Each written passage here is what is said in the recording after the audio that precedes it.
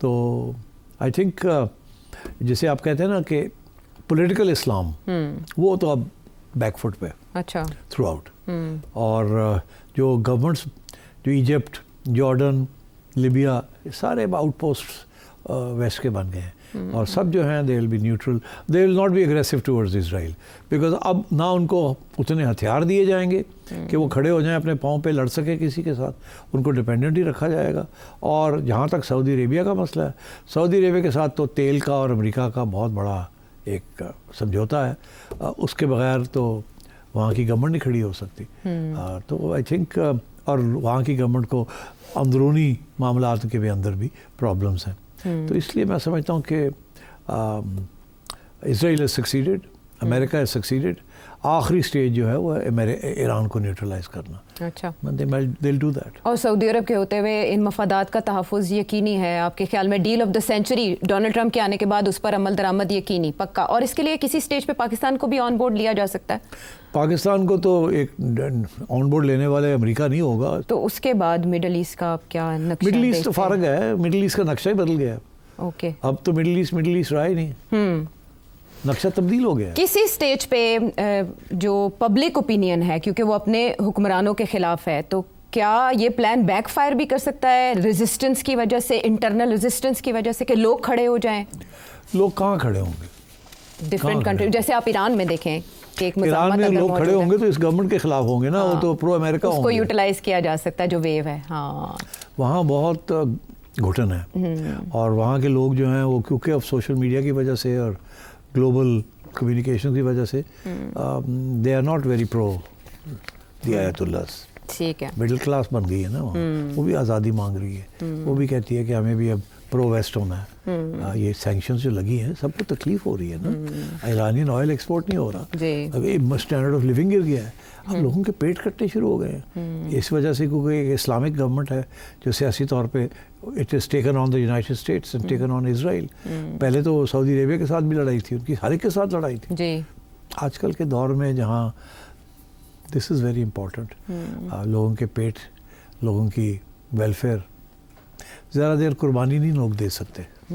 Kind of free fall in Middle East. تو اس لیے میں سمجھتا ہوں یہ صرف دھمکیاں ہیں.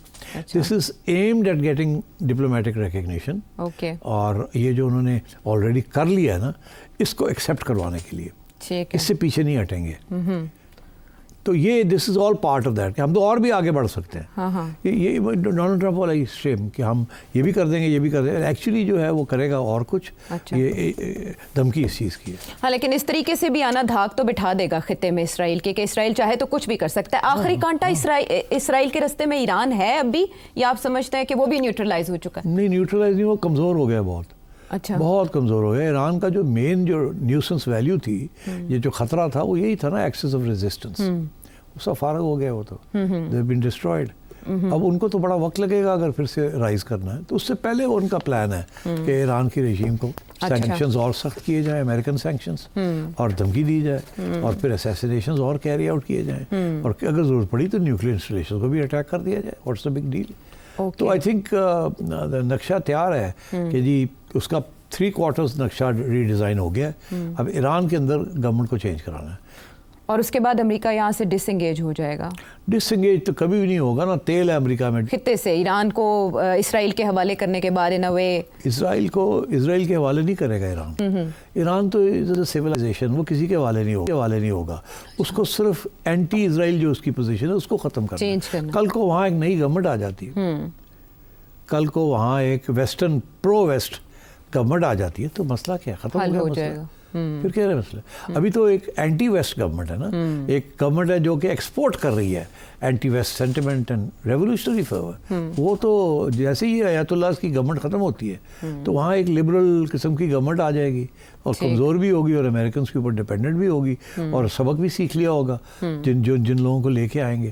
تو ریژیم چینج کا تو مطلب یہ ہوتا ہے کہ جو آپ کے خلاف ایک گورنمنٹ ہے یا ایک خطہ ہے، اس کو ختم کر کے اپنے حق والا لے کے آئے، then everything is fine. پھر کیا ایشو ہے؟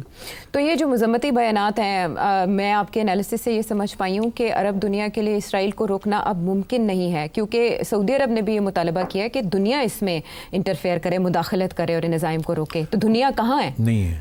ہاں کوئی دنیا نہیں ہے بہت کمزور ہے. باقی دنیا مسلمان دنیا تو سب سے زیادہ کمزور ہو چکی ہے اب. And so this forget it. آپ کے سب سے پاورفل جو مسلم نیشنز ہیں وہی تیار نہیں ہیں کچھ کرنے کے لیے. اور وہاں جو نئے رولرز آئے ہیں وہ تو اور بھی ویسٹ کی طرف جانا چاہتے ہیں. وہ تو اب اس سے زیادہ بات کیا کریں. تو آئی تھنک جسے آپ کہتے ہیں نا کہ پولیٹیکل اسلام وہ تو اب بیک فٹ پہ اچھا تھرو آؤٹ. اور جو گورنمنٹس جو ایجپٹ جارڈن لیبیا سارے آؤٹ پوسٹ ویسٹ کے بن گئے ہیں. اور سب جو ہیں they will be neutral. They will not be aggressive towards Israel because اب نہ ان کو اتنے ہتھیار دیے جائیں گے کہ وہ کھڑے ہو جائیں اپنے پاؤں پہ لڑ سکے کسی کے ساتھ. ان کو ڈپینڈنٹ ہی رکھا جائے گا. اور جہاں تک سعودی عربیہ کا مسئلہ ہے, سعودی عربیہ کے ساتھ تو تیل کا اور امریکہ کا بہت بڑا ایک سمجھوتا ہے. اس کے بغیر تو وہاں کی گورنمنٹ نہیں کھڑی ہو سکتی. تو آئی تھنک اور وہاں کی گورنمنٹ کو اندرونی معاملات کے بھی اندر بھی پرابلمس ہیں. تو اس لیے میں سمجھتا ہوں کہ اسرائیل ہیز سکسیڈڈ, امریکہ ہیز سکسیڈڈ. آخری سٹیج جو ہے وہ ایران کو نیوٹرلائز کرنا. اچھا they'll do that. اور سعودی عرب کے ہوتے ہوئے ان مفادات کا تحفظ یقینی ہے آپ کے خیال میں؟ Deal of the century Donald Trump کے آنے کے بعد اس پر عمل درآمد یقینی پکا, اور اس کے لیے کسی سٹیج پہ پاکستان کو بھی آن بورڈ لیا جا سکتا ہے؟ پاکستان کو تو ایک آن بورڈ لینے والے امریکہ نہیں ہوگا. تو اس کے بعد مڈل ایسٹ کا آپ کیا نقشہ؟ مڈل ایسٹ تو فارغ ہے, مڈل ایسٹ کا نقشہ ہی بدل گیا ہے. اوکے اب تو مڈل ایسٹ رہا ہی نہیں, نقشہ تبدیل ہو گیا. کسی سٹیج پہ جو پبلک اوپینین ہے کیونکہ وہ اپنے حکمرانوں کے خلاف ہے, تو کیا یہ پلان بیک فائر بھی کر سکتا ہے ریزسٹنس کی وجہ سے, انٹرنل ریزسٹنس کی وجہ سے, کہ لوگ کھڑے ہو جائیں؟ لوگ کہاں کھڑے ہوں گے؟ ڈفرینٹ کنٹری جیسے آپ ایران میں دیکھیں کہ ایک ایران میں لوگ کھڑے ہوں گے تو اس گورنمنٹ کے خلاف ہوں گے نا, وہ تو پرو امریکہ ہوں گے. اس کو یوٹیلائز کیا جا سکتا ہے جو ویو ہے. ہاں وہاں بہت گھٹن ہے. اور وہاں کے لوگ جو ہیں وہ کیونکہ اب سوشل میڈیا کی وجہ سے اور گلوبل کمیونیکیشن کی وجہ سے they are not very pro the Ayatollah. ٹھیک ہے, مڈل کلاس بن گئی ہے نا وہاں, وہ بھی آزادی مانگ رہی ہے. وہ بھی کہتی ہے کہ ہمیں بھی اب پرو ویسٹ ہونا ہے. یہ سینکشنز جو لگی ہیں سب کو تکلیف ہو رہی ہے نا. ایرانین آئل ایکسپورٹ نہیں ہو رہا, اسٹینڈرڈ آف لیونگ گر گیا ہے. اب لوگوں کے پیٹ کٹنے شروع ہو گئے ہیں اس وجہ سے, کیونکہ ایک اسلامک گورنمنٹ ہے جو سیاسی طور پہ it is taken on the United States and taken on Israel. پہلے تو سعودی عربیہ کے ساتھ بھی لڑائی تھی, ان کی ہر ایک کے ساتھ لڑائی تھی. جی آج کل کے دور میں جہاں دس از ویری امپورٹنٹ, لوگوں کے پیٹ, لوگوں کی ویلفیئر, زیادہ دیر قربانی نہیں لوگ دے سکتے. Kind of free fall in Middle East ہم یہ کہہ سکتے ہیں. Middle East is gone and the map is changed.